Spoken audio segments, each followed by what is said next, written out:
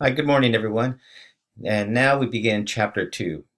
And to prepare us to think about the Constitution, we want to build on what we learned in chapter one, and namely on the traditions of classical liberalism, classical republicanism, and what the authors here point out as the third strand and foundation of American government, inegalitarianism, that tradition of excluding large segments of the population at different historical junctures.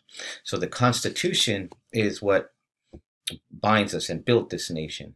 So you've already read the Constitution, the Declaration of Independence. You've revisited and thought about some of those ideals penned. Namely, we have a selected reading by Thomas Jefferson. So when we're thinking about the Constitution, I want us to really think about some of the contemporary debates that people point to in the Constitution and how this small, very concise, elaborate document came to ground the institutional structure of our government at the local, federal, and state levels. So, as we begin this chapter, I want us to pay attention to how these historical events really laid the ground to leading to a debate, but also thinking about how the nation came into being and the complexity, again, of history, right? Because we tend to have learned United States history from a linear process where um, this group of immigrants from England came here fleeing for certain reasons and established a nation state. No taxation without representation, so the story goes. But there's a lot more to that story. And one thing that I want us to pay attention to is that concept of inegalitarianism and how that functioned to solidify exclusion through the lawmaking processes. So as we go through this chapter and you're taking note of a lot of these historical events that took place, I also want you to pay attention to the different forms of government that were being established, whether a unitary form of government, the debates that were taking place that established our first constitution, which was the Articles of Confederation, right? And how this was a very loose-knit collection of the former colonies with no real central national government. And some of the weaknesses there that are laid out in this chapter really were brought to focus with one key event, namely Shays' Rebellion.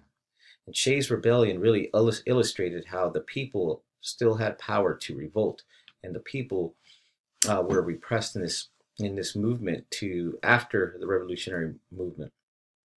So this really brought to the attention to the elites of that period to really let's sit down and rewrite this confederation where we have uh, a way. In this case, it was namely to how can Congress raise an army, right? How do you have uniform currency? How can you prevent these colonies from going into a so-called trade war with each other? And again, altering the Articles of Confederation required unanimous consent of all 13 states, which is very, very difficult to get things done. So once a convention is called, the idea is not to toss it asunder and rewrite write our present Constitution, but that's what it led to. So you're going to cover the Virginia plans, the New Jersey plans, and the Connecticut Compromise, which established our Congress to date, and also establishes was built upon some traditions of inegalitarianism, namely the Three-Fifths Compromise that I want you to focus on, where each slave was to be counted as three-fifths of a person, and this is the very infamous Three-Fifths Clause.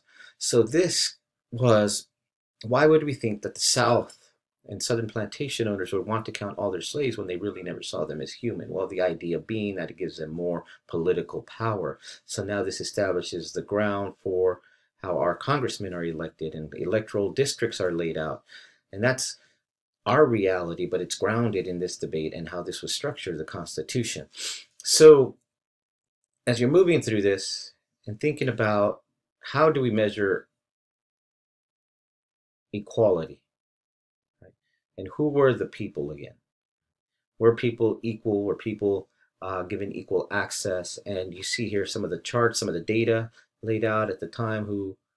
The 55 framers. So this is 55 individuals who ratified the Constitution, whose signature lay bare on that document, which still lives today.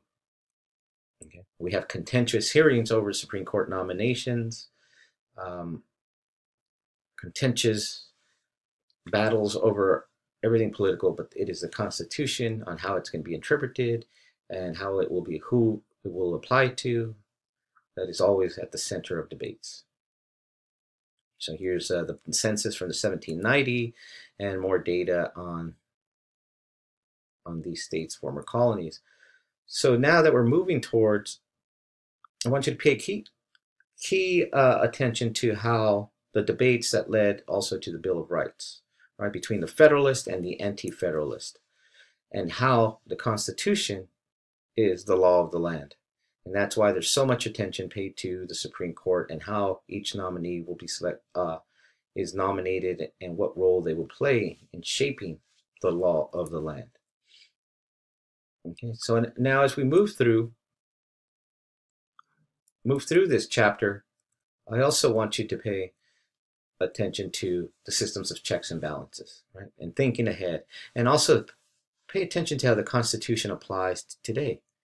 Where do you hear it? Think about, where is that Constitution alive and well in your own lives? How is it affecting you?